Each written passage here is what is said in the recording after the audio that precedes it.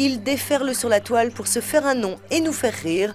Max, un jeune Alsacien, fait partie de cette nouvelle génération d'humoristes qui sévit sur Internet. Les enfants ne doivent pas avoir peur des mathématiques. C'est ce que nous verrons dans cette édition avec l'exposition Matissime à découvrir à Bordeaux. Avant cela, direction Marseille où bijoutiers et policiers s'organisent pour lutter contre les braquages en pleine recrudescence. Comme tous mes confrères ici, j'étais victime de braquages en 15 jours, des braquages à main armée dans mon commerce, donc ça a été violent. Des témoignages touchants, mais aussi beaucoup de questions. On parle de vidéosurveillance depuis longtemps, et je ne comprends pas pourquoi la rue d'Aix, parce que je parle pour mon cas personnel, n'est pas alimentée de ce genre de dispositif. Je voudrais savoir s'il n'y a pas quelque chose à faire pour arrêter l'ouverture de rachats d'or de partout. Il y en a de partout. Des questions révélatrices d'une profession en pleine déprime. En 2011 à Marseille, les bijoutiers joailliers ont fait l'objet de 29 braquages, soit une augmentation de 61%. À cette réunion, la police leur a présenté les moyens dont elle dispose. La technique de la mise en place de sas d'entrée, la technique de la détection visuelle des clients qui veulent rentrer. Ça permet aux bijoutiers, par exemple, de ne pas faire entrer quelqu'un qui est porteur d'une cagoule, même s'il fait très froid, parce que ça peut être suspect. Et puis, il y a d'autres techniques sophistiquées qui arrivent sur le marché, qui permettent de marquer les bijoux avec une ADN synthétique et à partir de là de permettre, dans le cadre des enquêtes judiciaires, de retrouver la trace du matériel et soit des receleurs, soit des agresseurs. Autant d'investissements coûteux qui désormais peuvent être pris en charge en partie. Il existe heureusement plusieurs dispositifs pour les aider et il suffit qu'ils viennent à la Chambre des métiers et il y a un service spécialisé pour les renseigner sur l'ensemble des subventions que nous avons mis en place. Actuellement, la vidéosurveillance est la technique privilégiée. Même si, braquage récent à l'appui, les professionnels concernés ont rappelé que les caméras avaient peut-être permis des arrestations, mais certainement pas empêché la mort de leurs collègues. Une importante descente de police a eu lieu dans le quartier des Moulins à Nice. Une quarantaine de policiers aidés de chiens ont inspecté les caves et les parties communes d'une tour de la cité. On est là pour sécuriser ce bâtiment et éventuellement trouver ce qui pourrait être du stupéfiant ou des armes, des choses comme ça. Résultat des opérations, donc pas d'infraction constatée, mais peut-être un impact psychologique pour rassurer la population de ce quartier. Cet immeuble est considéré comme celui posant le plus de problèmes dans le quartier. C'est surtout les feux de poubelle et tout. Hein. Les feux de poubelle, de voitures, c'est comme ça. Hein.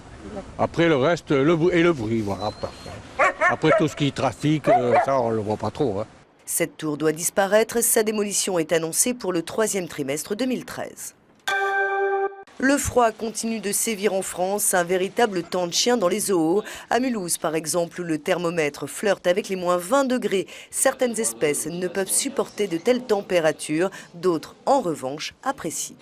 Il y a certains animaux là, qui s'éclatent dans un froid pareil, les tigres de Sibérie, les panthères de l'amour, etc. Elles sont faites pour des températures comme celle-là. Après, les animaux comme les ouistiti ou les tamarins qu'on a derrière nous, c'est vrai qu'ils sont moins adaptés à des températures comme ça et pour le coup on les préserve en les laissant à l'intérieur quand il fait trop froid. Sale temps également pour les flamants roses habitués à des climats beaucoup plus doux. Normalement ils migrent pour éviter ces températures trop fraîches. Nous du coup on essaie de faire avec et on compense donc en apportant des pompes dans l'eau pour éviter qu'elle ne gèle. D'autres animaux frileux ont pour leur part choisi de se réchauffer en se serrant les uns contre les autres. Vos enfants sont fâchés avec les mathématiques. Pas de panique, il existe peut-être une solution. L'exposition Matissime organisée à Bordeaux. Ici, jeux et multimédia rendent les chiffres et les calculs beaucoup plus attirants. Alors qu'est-ce que vous aimez pas dans les mathématiques, les filles? J'aime pas trop compter. T'aimes pas compter. Et toi, qu'est-ce que t'aimes pas? Moi, j'aime pas trop les problèmes. T'aimes pas les problèmes? Pourquoi ouais. T'aimes pas les problèmes? Parce que parfois, il y a des choses dures et tout ça. On va essayer de trouver des solutions alors. Pour résoudre ces difficultés, direction la boîte à outils. Une salle de classe pas comme les autres.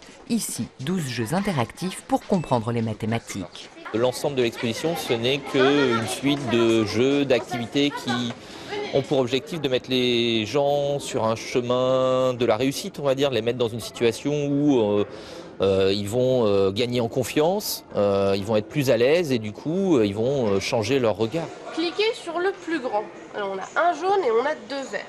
Les ateliers multimédia déclinent différents niveaux de difficulté. Un peu plus loin, les mathématiques se manipulent.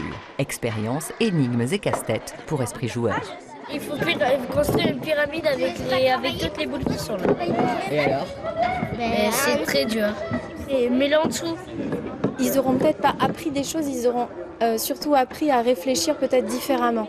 Et se rendre compte aussi que finalement, même ceux qui pensaient qu'ils avaient peut-être des difficultés en mathématiques, non, ils arrivent un peu partout, ils arrivent à prendre du plaisir en faisant des mathématiques, ce qui n'est pas forcément évident en fait au quotidien, dans la classe en tout cas.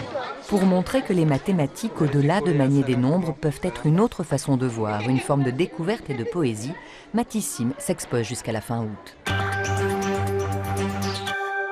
Enfin, c'est le phénomène du moment sur Internet. De jeunes humoristes rivalisent d'imagination pour se faire une place sur la toile. Parmi eux, Maxime, dit Max et sa caméra, rencontrent. Étudiant typique en informatique, Max a une passion pas si secrète, il fait des vidéos sur Internet. Dans ses vidéos, il essaye toutes sortes de choses comme le pixel art, des dessins avec des post-it, le défi « Trouver des post-it noirs ». Boum, je les imprime, paf, j'aurai des post-it noirs quoi. Sauf que la première fois t'as pas la bonne taille, et ni la deuxième, ni la troisième. Putain! J'explique un peu comment ça marche le pixel art, et il y a beaucoup de gens quand ils voient ça après ils font moi aussi je vais le faire. Ils se disent il y a un gars qui l'a fait, en plus il m'a bien fait marrer, je vais faire la même chose. Max fait partie d'une nouvelle génération d'humoristes sur Internet. Norman, son modèle, attire des millions de personnes à chacune de ses vidéos. Max, lui, n'en est qu'à ses débuts. Sa vidéo sur l'Alsace a été regardée 3000 fois. T'en veux un Tipex?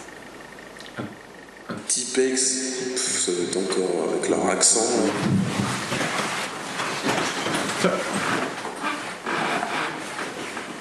Et avoir sa tête sur Internet engendre forcément quelques critiques. J'ai grossi. Si par exemple une personne va me dire ouais c'était nul ça ou c'est trop lent, tu dis trop de E, je vais re-regarder et je me dis ah tiens ouais t'as raison, je corrigerai ce problème. Et je pense que c'est grâce aux gens négatifs qu'on évolue. Si vous ne comprenez pas les mots fail, spoil et fake, la nouvelle vidéo de Max sur le langage d'Internet est bientôt en ligne.